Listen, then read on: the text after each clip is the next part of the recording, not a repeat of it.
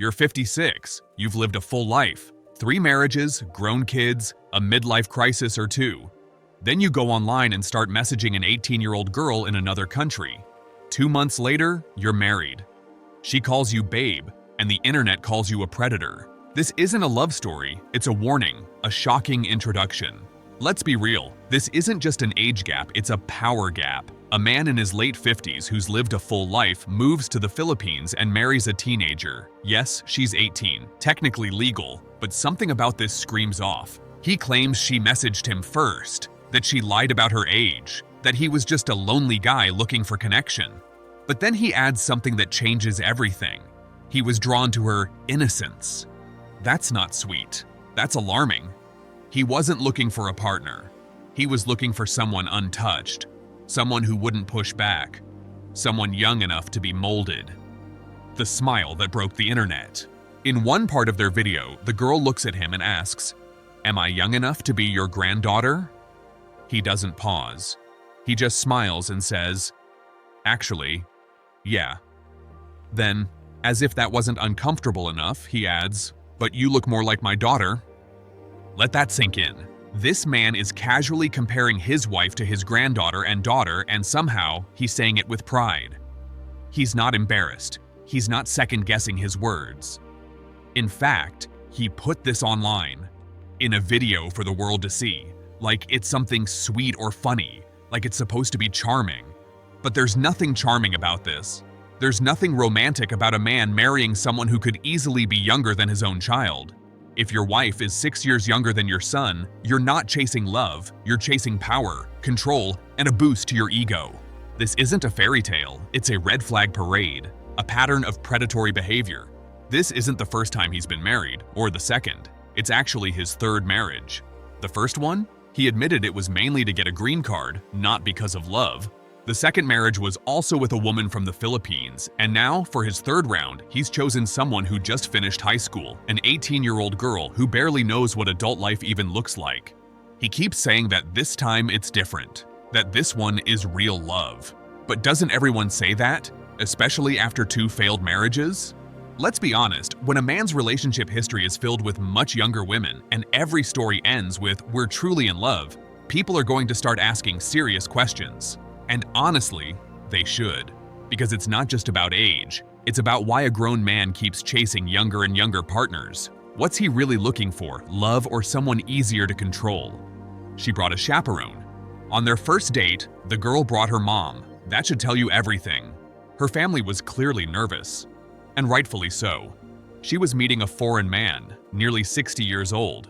But he didn't see it as a concern, he saw it as a cultural difference. He even said she hadn't been with foreigners before, as if it made her more special, more innocent, more desirable. Again, this isn't about love, it's about control. The normalization excuse. He tries to defend their relationship by saying it's totally normal where they live. According to him, lots of older Western men in the Philippines marry very young Filipino women, and the only reason people are upset is because Western society just doesn't get it. But let's be real for a second. Just because something happens a lot doesn't make it okay. If something is common, that doesn't mean it's right or healthy. And when your entire group of friends is made up of older men who all seem to prefer dating girls young enough to be their daughters, or even granddaughters, that's not a good sign. That's not proof that your relationship is normal. That's proof that something's seriously wrong. That's not a defense. It's a warning sign. And really, it sounds less like a reasonable explanation and more like a quiet confession that something's not right. The internet reacts. The internet didn't just scroll past this. People spoke up loud and clear. Thousands of comments poured in. They called him out. Some said he was creepy. Others called him disgusting. Many straight up labeled him a predator. And honestly, it's hard to blame them. So how did he react? Did he take a step back and reflect? Nope. He did the opposite. He posted even more videos. He smiled like everything was perfect and said things like, "We're happy, we're blessed, our marriage is full of peace." But here's the real question. Is she happy? Is this teenage girl truly in love? Or is she stuck in something she doesn't fully understand? Maybe at first it looked like a dream, a way out of poverty, a chance at a new life. But now, Does it feel more like a trap than a blessing? From the outside, it might look like a happy couple, but behind the smiles and sweet words, is this really love or just control dressed up as romance? His son's perspective. Let's take a second to think about the son. He's in his 20s. His dad's new wife is younger than him. Imagine coming home after a long time away and seeing your dad holding hands with someone who just graduated high school a few months ago. She's barely old enough to vote, and suddenly she's your stepmom. Then your dad, smiling like it's nothing, says, "She looks more like my daughter." It's not just awkward, it hits you in a deeper way. That's not just a weird moment, that's betrayal.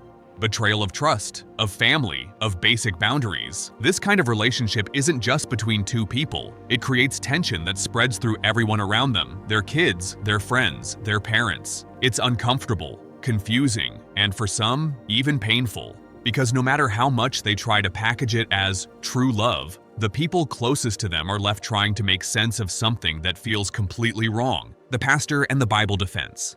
At their wedding, a pastor, his friend, officiates.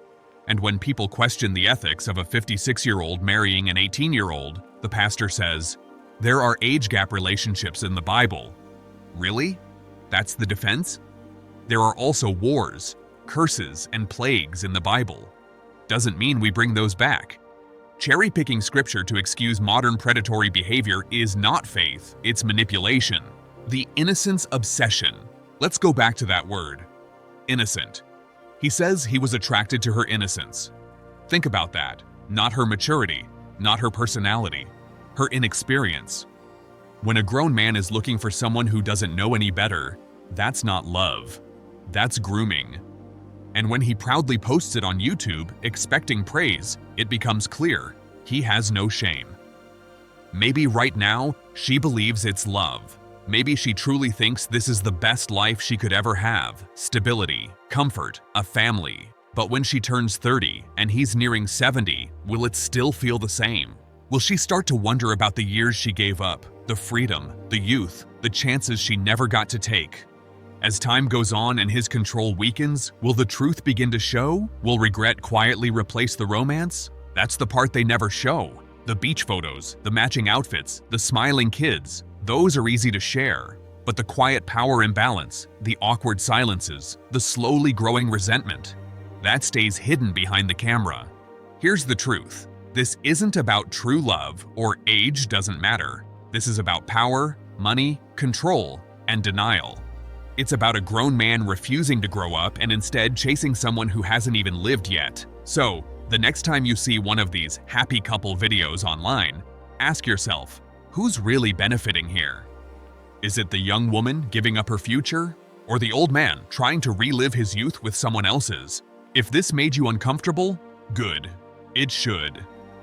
Let's stop normalizing relationships built on imbalance. Let's protect the vulnerable instead of praising the powerful. And let's not fall for fairy tales that are actually nightmares in disguise. Drop your thoughts in the comments. Is this true love or pure manipulation? Let's talk. And if you want more honest takes like this, make sure to subscribe, like the video, and hit that notification bell. We'll be watching.